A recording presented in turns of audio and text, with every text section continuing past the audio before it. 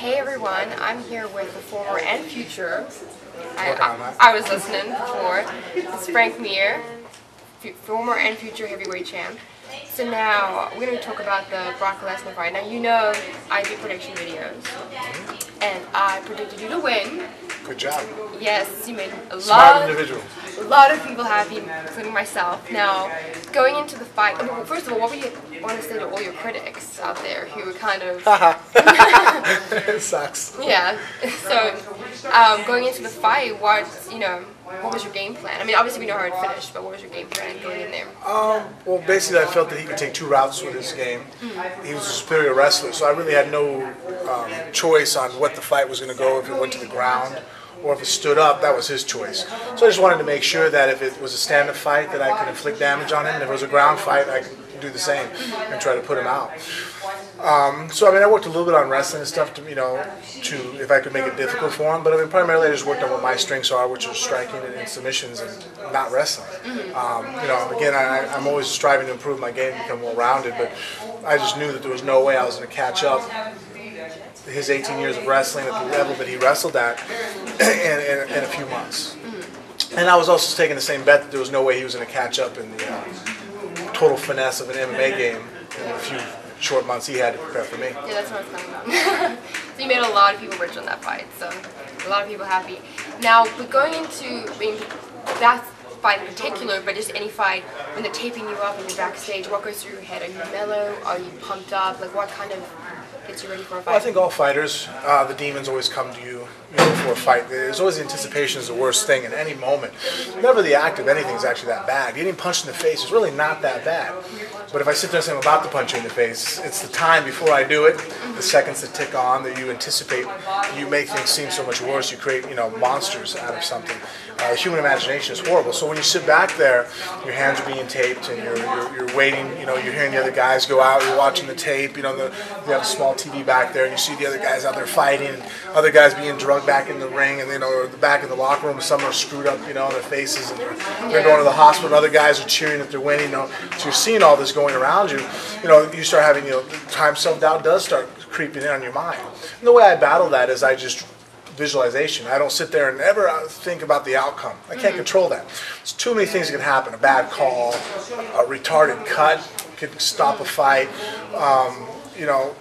You could twist your ankle walking in the ring. There's too many things and you can't. And because of all that, it become overwhelming if you think only about the outcome. So all I do is visualize about all the steps in between. How I'm going to come out. If he comes out and fires a jab, I'm going to throw a left hook, right hand, body shot, kick. If he shoots on me, I'm going to pull guard here. Once we hit the ground, I'm going to pull his head down and work for this. If he blocks this, and I'm going to, if he blocks my arm bar, I'm going to transition to a knee bar. Transition to a knee bar, pull him to my knees and trap his hips. That's how I battle the demons. So that's why I'm sitting back there. People look at me. I'm kind of a ghost of a person because all I'm doing is running scenarios through my mind. And every time I relax and I stop running scenarios through my mind, I'll start thinking about what if I win, what if I lose. Yeah. And so when that happens, then your heart rate starts doing this. So then you calm yourself down and you start fighting in my head. So. Yeah. Now you're announcing for WEC, so doing a really good job. How is it being on the other side of that? Announcing instead of fighting? It's enjoyable because I get to be around the fighting, but it's still at the same time I'm not fighting, so it's kind of a future of like what it feels like, I guess, maybe to be retired. But at least I have the solace of knowing that hey, this just isn't my day. I get my day, in a month or so or whenever I fight next. So that helps appease that part of me.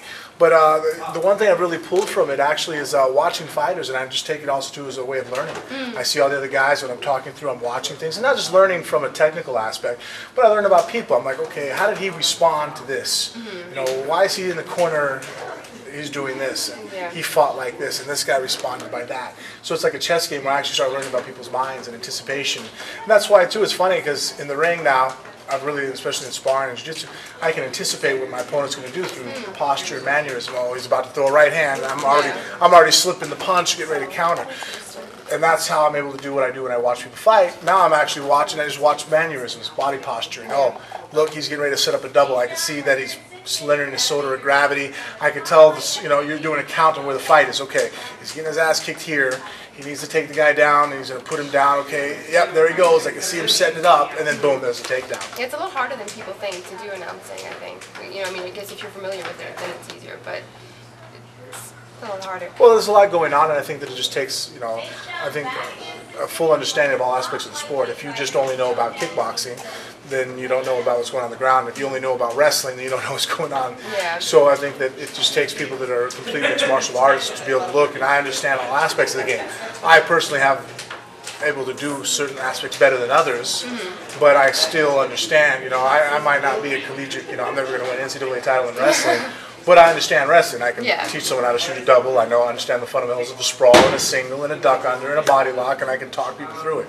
So the same thing when announcing, you have to be a complete student of the whole sport. You have to know about all aspects of it. Yeah. Now, with the Ultimate Fighter coming up, have they already filmed it? Have you guys already done it? So it's all done? Done.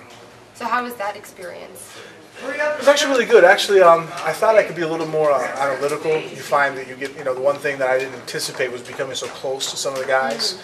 And, and there's so many fights, and it takes your toll emotionally that way because, it's not just, on the day that you first meet them, there's just a bunch of guys that are fighting, you're trying to lead them and help them out best you can. And then, halfway through the season and towards the end of it, now it's like, I see these guys' careers and their lives, and I understand and I know the names of his kids and his wife, and now it's like I'm in there with him like one of my teammates, and now it's not just a bunch of guys I just know, and that was the part that was very stressful and hard to deal with. Was that okay? My guy just fought, and whether you win or lose, the emotional anxiety of putting someone in the ring is high. Yeah. And then knowing that you're going to turn around, in the fights, there's so many fights you have to get done in such a short amount of time that you turn around and do it all over again. Yeah. With any promising fighters that It's a very interesting season. Okay, I'm excited to see it. Yeah, it was very good. I have to DVR it though because I work, so. I DVR everything. Yeah. That's why it's funny. My cousin just now bought a new video game. He's like, "Yeah, you haven't seen the commercials for it?" I'm like, "Nah." I don't watch commercials. I don't watch commercials. Yeah. I guess that's the thing that sucks about it, but I guess commercials like anyway. Now, with Nogueira, obviously that fight is, a while away, a little bit away, but how do you see yourself matching up with him? What weaknesses do you see? I think Nogueira has a very good fortitude. He's able to withstand a lot of punishment and keep on coming. He is always well conditioned. I never really see him out of shape.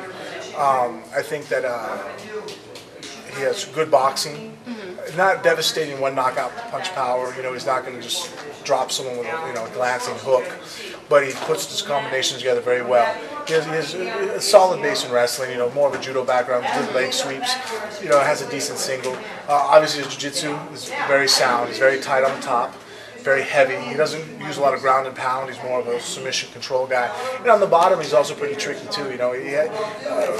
He's very good at controlling the wrists, controlling his hips, and plays a very tight, close guard game. And he has a very good sweep from the half guard.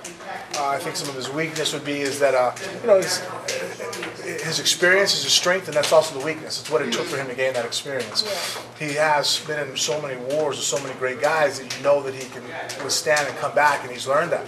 The only thing is, even though that has honed his mind and his heart to a high degree, it's taken its toll on his body. And I think that physically he's not as sharp as he used to be because of some of the battles that he's been in. He's gone to some great wars, and he always comes through. So that's like, that's the double-edged sword, I guess. You're in a lot of battles, but you always leave something in the ring, I think, every time you have a war like that. Yeah. He's had quite a few. And so I think that, athleticism is on my part. I'm a more powerful guy. I bounce around a lot more than he does. Also, I like to kick. I like to throw a lot of low kicks and mid kicks and stuff. He's not really a kicker. He's capable of it. So obviously, the striking range, we'll try to keep it out of boxing, more kickboxing. And on the ground in jiu-jitsu, just gonna, I'm obviously working on that part too. I have my confidence in what I can do with that part. I think that it's going to be interesting on the ground. I think that I move around a little bit more, and I have a little more ability to explode for finishes than he does. I look forward to seeing the fight. Can't wait. Now, to get kind of, not really MMA based, but I guess it is, but if you could fight anyone, I always ask this to all the fighters, if you could fight anyone, dead or alive, it can be anyone. It could be Gandhi, it could be Abraham Lincoln, it could be anyone. Britney Spears if you wanted to fight Britney Spears. I just want to beat this shit.